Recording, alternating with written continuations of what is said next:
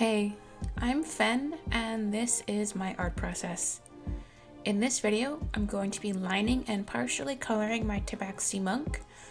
Her name is Sky Full of Stars of the Twinkling Cliff Clan, or Sky for short. She's currently going by Menhit in the campaign she's in, but I'll go over that later. Just so you know, I lost a good chunk of my screen cap for the inking process, so there's a pretty sizable skip in a few minutes. I don't know what happened, but when I went to edit out my break times, the video wouldn't open. I just want to say thank you so much for watching. This is my first time doing a voiceover video. I mean, I only have 3 videos on my channel, but I figured I'd give voiceover videos a try. I really like voiceover videos from other artists on YouTube, and I figured why not do it? I really hope I do alright. If you have any critiques, please feel free to let me know. I really appreciate it. Since this is my first voiceover video, I'm going to give my personal history with art before we get started on talking about the character that I'm doing. I am a completely self-taught artist. I have no formal training. The last art class I took was back in middle school, and I'm in my late 20s. I have been drawing as a hobby since about 2012, and I mostly draw my own characters from stories that I write and my D&D player characters. I am feminine non-binary. I use they, them, she, her pronouns, and I consider my art style to be very American comic inspired with a little bit of manga thrown in there. I've had a lot of exposure to both art styles, especially growing up at a time when anime was just becoming popular in the US.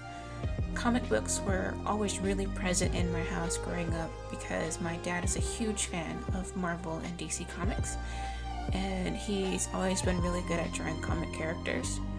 So growing up, I had a lot of exposure to like the X-Men and Justice League, and characters like Ghost Rider and Power Man were just as popular in my house as Cinderella and Ariel. When I was a kid, anime started becoming more popular thanks to Toonami airing shows like Yu Yu Hakusho and Rurouni Kenshin. And then later on, when I was in middle and high school, Funimation started coming out with things a lot quicker like Fullmetal Alchemist and Fruits Basket, and I really loved those shows. At the time, I tried to draw, but I was honestly really bad, so I gave up on it pretty quickly. When I started drawing as an adult, I was pretty heavily inspired by shoujo manga. I still had one of those old how to draw manga books that people get when they're in middle school, and I was still using it in college. And to be honest, I was still really bad at art. It was not good at all. At the time, I was part of a pretty nice sized online community called Manga Magazine, which was later renamed Ink Blazers. It was a website for people to draw their home done comics and manga, and there was a smaller number of people who pretty much just read and posted some of their own single art pieces. And I was really influenced by the people there who were just drawing art, and I made so many friends, and it was really nice. But eventually the site was shut down and sold, and I lost touch with a lot of the friends that I'd made, but I kept drawing because they had influenced me so well, and I really wanted to get better at art. I don't think I'll ever make a comic.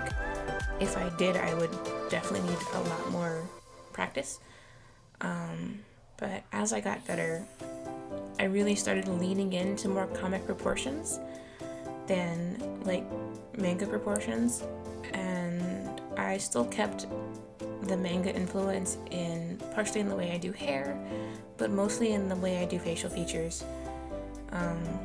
My art process itself takes a really long time because I'm really slow. I have to draw everything out. I'm one of those people, and I'm a little bit of a perfectionist. Honestly, I have abandoned so many projects. I've probably abandoned more projects than I have finished because they didn't turn out how I wanted it to, or it just wasn't coming together the way I envisioned it. The process itself is really simple. I still do the whole draw every little thing shape first and then add detail. And I almost always, right now, I sketch on paper first and then I scan it and do everything else in Paint Tool side. Hopefully I can save up for a pen display. But right now it's just a regular Wacom that was a gift, and just mostly the basic brushes and Paint Tool side with a few custom ones for textures and things like that. My color palette tends to be more desaturated. I'm not a huge fan of the really bright colors, but because of that my values tend to end up very similar in the end. But I think it's not that bad. I've seen worse.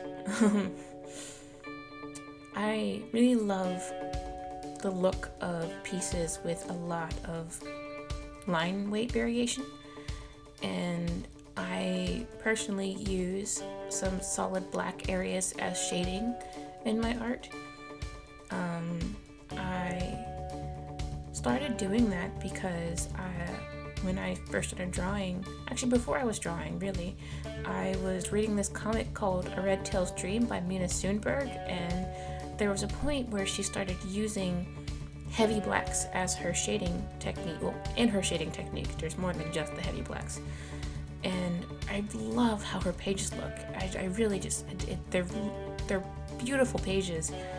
And when I started getting better at art, I figured why not incorporate that into my own style.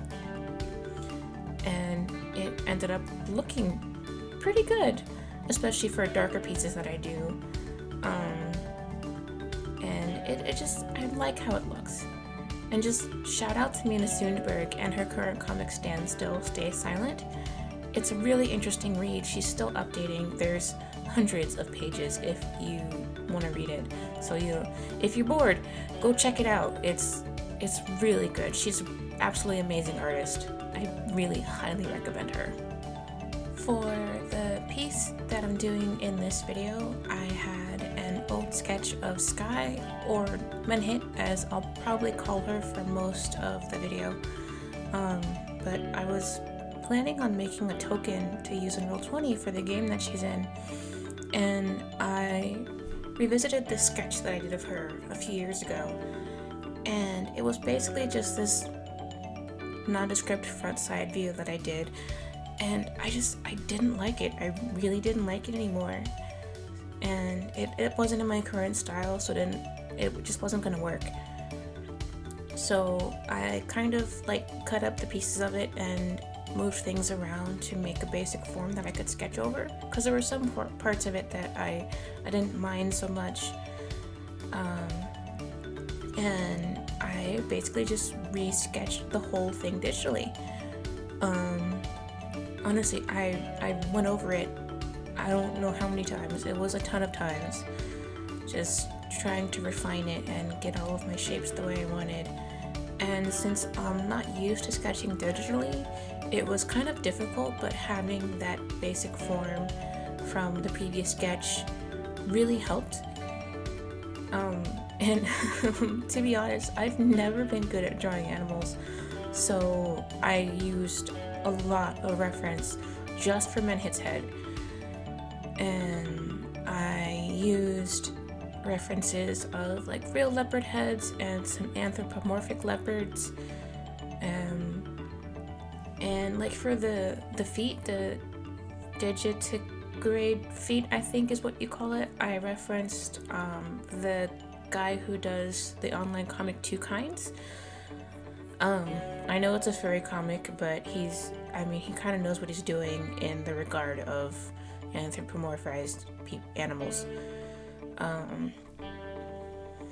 And to be honest, just for Menhit's head, I had, I think, 5 sketch layers at one point for it, just for the head shape. And when I was sketching it, I really couldn't decide which outfit I wanted to put her in.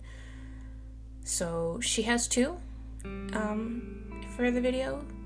One of them is kind of like her training clothes, you know, the typical thing that people put monks in.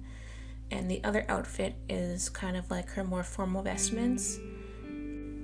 So this video is starting to get on the longer side, and I had already planned on splitting the process up into two videos because I knew it would take a bit. So I'm just going to read the backstory blurb that I wrote for Menhit before I wrap things up with my voiceover and just let the rest of it play out because I know I can ramble. It's a bit of a long blurb. Most people do like one paragraph. I did two. But I really like writing backstories, so hopefully all is forgiven. Alright, here we go. Menhit was given to the monastery when she was still young and set on a path that was chosen for her. Her name was changed as a way to cast aside her life before the monastery. The monks insisted upon conformity and actively attempted to break students from the shells of their previous lives. Any time before the monastery was to be forgotten. Nothing should remain. Complete conformity to the practices of the elders was a requirement. Despite the attempts of her superiors, Menhit couldn't forget her old life.